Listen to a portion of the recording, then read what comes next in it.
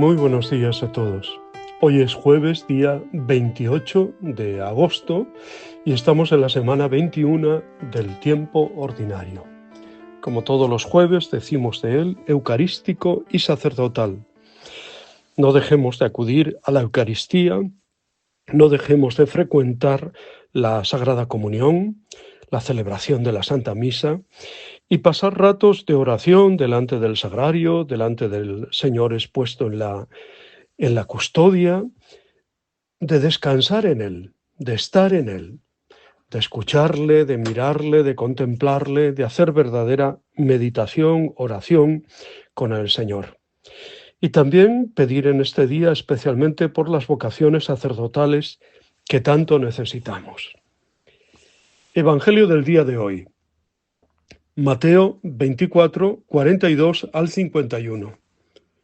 Nos quedan 3 días de lectura del Evangelio de San Mateo, y los 3 tienen un mismo tema, el discurso escatológico de Jesús, el quinto y último de los que Mateo nos ofrece en su Evangelio, organizando los dichos de Jesús. El discurso escatológico se refiere a los acontecimientos finales, y en concreto a la actitud de vigilancia que debemos tener respecto a la venida última de Jesús. Hoy nos lo dice con 2 comparaciones muy expresivas. El ladrón puede venir en cualquier momento, sin avisar previamente. El amo puede regresar a la hora en que los criados menos se lo esperan. En ambos casos, la vigilancia hará que el ladrón o el amo nos encuentre preparados. Nos va bien que nos recomiende la vigilancia en nuestra vida.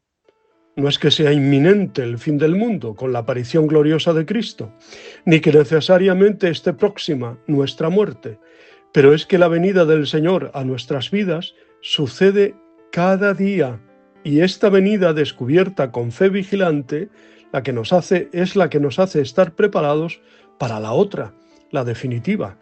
Toda la vida está llena de momentos de gracia, únicos e irrepetibles. Los judíos no supieron reconocer la llegada del enviado. ¿Desperdiciaríamos nosotros otras ocasiones de encuentro con el Señor? El estudiante estudia desde el principio de curso. El deportista se esfuerza desde que empieza la etapa o el campeonato, y antes. El campesino piensa en el resultado final ya desde la siembra. Aunque no sea inminente, ni el examen, ni la meta definitiva, ni la cosecha, no es de insensatos pensar en el futuro, es de sabios. Día a día se trabaja el éxito final, día a día se vive el futuro, y si se aprovecha el tiempo, se hace posible la alegría final.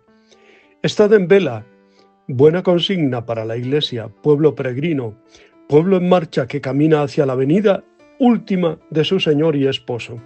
Buena consigna para unos cristianos despiertos, que saben de dónde vienen y a dónde van, que no se dejan arrastrar sin más por la corriente del tiempo o de los acontecimientos, que no se quedan amodorrados por el camino.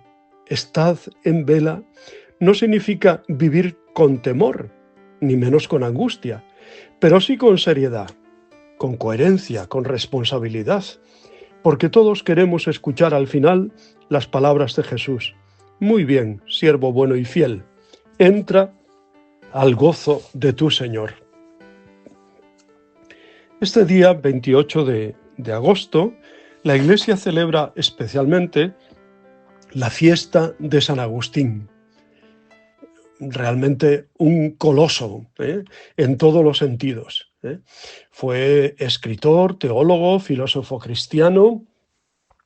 Después de su conversión fue obispo de Hipona, en el norte de África, y es considerado el doctor de la gracia, además de ser el máximo pensador del cristianismo del primer milenio y uno de los grandes genios de la humanidad. San Agustín nació el 13 de noviembre del 354 en Tagaste, una antigua ciudad en el norte de África, sobre la que se asienta la actual localidad argelina de Souk Ahras, situada entonces en Numidia, una de las provincias del Imperio Romano. Los eruditos están de acuerdo generalmente en que Agustín y su familia eran bereberes, un grupo étnico indígena del norte de África. Agustín y su familia estaban fuertemente romanizados y hablaban solo latín en casa, como una cuestión de orgullo y dignidad, aunque él nunca deja atrás también su herencia africana, ¿no? Su padre, llamado Patricio, era un pequeño propietario pagano y su madre, a la que celebrábamos ayer, Santa Mónica, es ejemplo de mujer cristiana de piedad y bondad probadas, mujer abnegada y preocupada siempre por el bienestar de su familia, aun bajo las circunstancias adversas. Mónica le enseñó a su hijo los principios básicos de la religión cristiana y al ver cómo el joven Agustín se separaba del camino del cristianismo, se entregó a la oración constante en medio de gran sufrimiento. Años más tarde, Agustín se llamará a sí mismo el hijo de las lágrimas de su madre. En Tagaste, Agustín inició sus estudios básicos y posteriormente su padre lo envió a Madaura a realizar estudios de gramática. Agustín destacó en el estudio de las letras, sin embargo él mismo reconoce en las confesiones que no era un buen estudiante y que debió ser obligado a estudiar para aprender. En cualquier caso, mostró un gran interés por la literatura, especialmente la griega clásica, y poseía gran elocuencia. Sus primeros triunfos tuvieron como escenario Madaura y Cartago, donde se especializó en gramática y retórica. Durante los años de estudiante en Cartago sintió una irresistible atracción hacia el teatro. Al mismo tiempo gustaba en gran medida de recibir halagos y la fama que encontró fácilmente en aquellos primeros años de su juventud. A los 19 años, la lectura de Hortensius de Cicerón despertó en la mente de Agustín el espíritu de la especulación y así se dedicó de lleno al estudio de la filosofía, disciplina también en la que sobresalió. Durante esta época conoció el joven Agustín a una mujer con la que mantuvo una relación estable de 14 años, con la cual tuvo un hijo llamado Adeodato, regalo de Dios. En su búsqueda incansable de respuesta al problema de la verdad, Agustín pasó de una escuela filosófica a otra sin que encontrara una verdadera respuesta a sus inquietudes. Finalmente abrazó el maniqueísmo, creyendo que en este sistema encontraría un modelo según el cual podía orientar su vida. Varios años siguió esta doctrina y finalmente, decepcionado, la abandonó al considerar que era una doctrina simplista que apoyaba la pasividad del bien ante el mal. Sumido en una gran frustración personal, decidió en el 383 partir para Roma, la capital del imperio. En la partida de Agustín a Roma existía una motivación intelectual y de conocer nuevos horizontes. Engañó a su madre y la dejó en tierra para que no fuese con él, En Roma enfermó de gravedad. Tras restablecerse y gracias a su amigo y protector Símaco, prefecto de Roma, fue nombrado Magister Rhetoricae en la actual Milán. Como maniqueo y orador imperial en Milán, Agustín era el rival en oratorio del obispo Ambrosio, San Ambrosio de Milán. Fue en Milán donde se produjo la última etapa antes de la conversión de Agustín al cristianismo. Allí empezó a asistir como catecúmeno a las celebraciones litúrgicas del obispo San Ambrosio, quedando admirado de su predicación y su corazón. Ambrosio le hizo conocer los escritos de Plotino y las epístolas de San Pablo de Tarso, y gracias a estas obras se convirtió al cristianismo y decidió romper definitivamente con el maniqueísmo. Esta noticia llenó de gozo a su madre, que había viajado a Italia para estar con su hijo, y que se encargó de buscarle un matrimonio acorde con su estado social y dirigirle hacia el bautismo. Pero, en vez de casarse con la mujer que Mónica le había buscado, decidió vivir en Accesis. El obispo Ambrosio le ofreció la clave para interpretar el Antiguo Testamento y encontrar en la Biblia la fuente de la fe. Por último, la lectura de los textos de San Pablo ayudó a Agustín a solucionar el problema de la mediación y el de la gracia divina.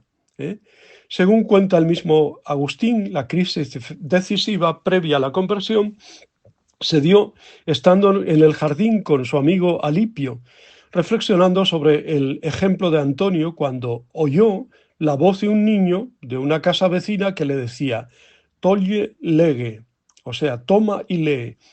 Y entendiéndolo como una invitación divina, cogió la Biblia, la abrió por las cartas de San Pablo y leyó el pasaje. Nada de comilonas y borracheras, nada de lujurias y desenfrenos, nada de rivalidades y envidias. Revestíos más bien del Señor Jesucristo y no os preocupéis de la carne para satisfacer sus concupiscencias. Agustín se convirtió al cristianismo. En el 386 se consagró al estudio formal y metódico de las ideas del cristianismo. Renunció a su cátedra, se retiró con su madre y unos compañeros a Casiciaco, cerca de Milán, para dedicarse por completo al estudio y la meditación. El 24 de abril del 387, a los 33 años de edad, fue bautizado en Milán por el santo obispo Ambrosio. Ya bautizado, regresó a África, pero antes de embarcarse, su madre Mónica murió en Ostia, como decíamos ayer, el puerto cerca de Roma. Cuando llegó a Tagaste, Agustín vendió todos sus bienes y el producto de la venta lo repartió entre los pobres. Se retiró con unos compañeros a vivir en una pequeña propiedad para hacer vida monacal. Años después, esta experiencia fue la inspiración para su famosa regla, la regla de San Agustín. A pesar de su búsqueda de la soledad y el aislamiento, la fama de Agustín se extendió por todo el país. En el 391 viajó a Hipona para buscar a un posible candidato a la vida monástica, pero durante una celebración litúrgica fue elegido por la comunidad para que fuese ordenado sacerdote a causa de las necesidades del obispo Valerio de Hipona. Agustín aceptó tras resistir esta elección, si bien con lágrimas en los ojos. Algo parecido sucedió cuando se le consagró como obispo en el 395. Entonces abandonó el monasterio de laicos y se instaló en la casa episcopal que transformó en un monasterio de clérigos. La actividad episcopal de Agustín fue enorme y variada. Predicó y escribió incansablemente, polemizó con aquellos que iban en contra de la ortodoxia, de la doctrina cristiana de aquel entonces, ¿no? Agustín murió en Hipona el 28 de agosto del 430, durante el sitio al que le sometieron los vándalos de Genserico a la ciudad en el contexto de la invasión de la diócesis de África. Su cuerpo, en fecha incierta, fue trasladado a Cerdeña y en el 722 a Pavía, debido a la amenaza expansionista del mundo islámico por el Mediterráneo y la costa del norte de África, a la Basílica de San Pietro il Ciel de Oro, donde reposa hoy.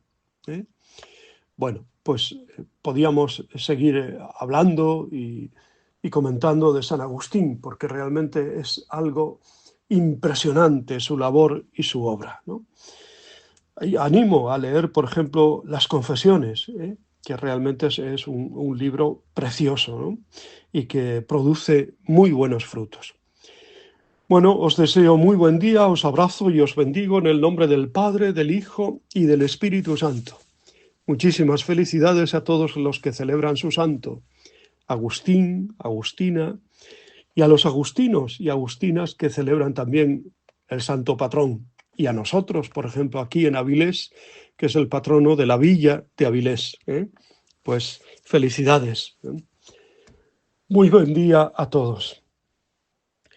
Os abrazo y os digo, de verdad y de corazón, os quiero.